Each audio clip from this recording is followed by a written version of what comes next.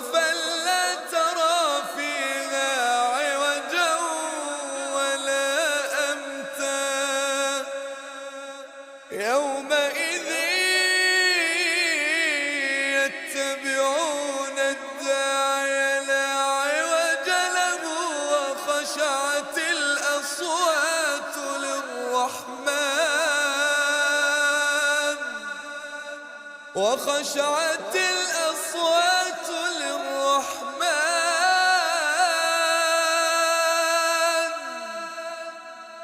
وخشعت الأصوات للرحمن فلا تسمع إلا همسا يومئذ لا تنفع الشفاعة إلا من أذن له الرحمن يومئذ لا تنفع الشفاعة إلا من أذن له الرحمن إلا من أذن له الرحمن ورضي له قولا يعلم ما بين أيديهم وما خلفهم يعلم ما بين أيديهم وما خلفهم ولا يحيطون به علما وعنت الوجوه للحي القيوم وعنت الوجوه للحي القيوم وعنت الوجوه للحي القيوم وقد خاب من حمل ظلما ومن يعمل من الصالحات وهو مؤمن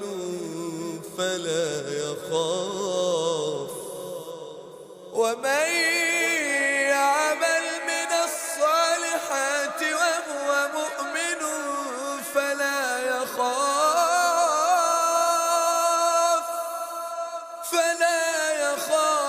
ظلما ولا هضما وكذلك أنزلناه قرآنا عربيا وصرفنا فيه من الوعيد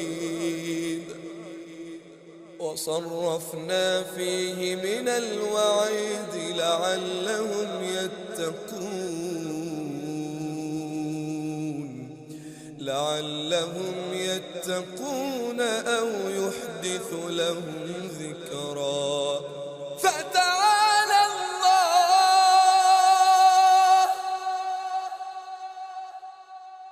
فتعالى الله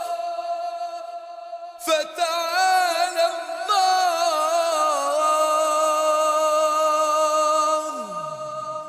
فتعالى الله الملك الحق